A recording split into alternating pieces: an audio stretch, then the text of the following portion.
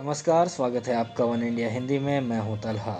खाड़ी क्षेत्रों के दो बड़े और प्रभावशाली मुस्लिम देश लगातार अपने कानूनों में बदलाव कर रहे हैं और गैर मुसलमानों के लिए अपने देश को अनुकूल बनाने में लगे हुए हैं। पिछले एक साल में सऊदी अरब देश में कट्टरपंथी विचारधारा पर कई बार चोट कर चुका है, तो अब संयुक्त अरब अमीरात ने भी शादी को लेकर ऐतिहासिक कानून बनाने का फैसला किया है।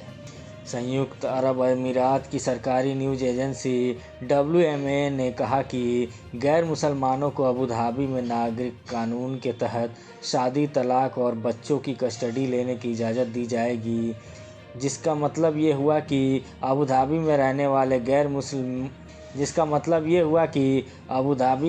वाले गैर मुस्लिम अपने तरीके से शादी कर सकेंगे, तलाक ले सकेंगे और बच्चे की कस्टडी अपने हिसाब से हासिल कर सकेंगे और उसमें देश में लागू शरिया कानून का कोई दखल नहीं होगा।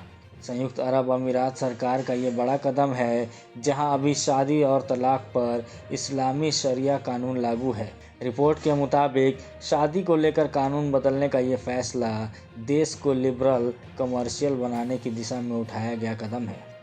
समाचार एजेंसी WMA ने कहा कि सरकार के इस कानून को बनाने का खास मकसद देश में प्रतिभा और कौशल के विकास करने के साथ साथ देश को मशहूर जगहों के तौर पर विकसित करना और संयुक्त अरब अमीरात को वैश्विक स्थिति में ढालने के साथ वैश्विक प्रतिस्पर्धा के लिए तैयार करना है। समाचार एजेंसी की रिपोर्ट में देश में बनाए जा रहे इस नए कानून को गैर मुस्लिमों के विवाह समेत उनके पारिवारिक मामलों में अंतर्राष्ट्रीय सर्वोत्तम प्रथा के अनुरूप बताया गया है।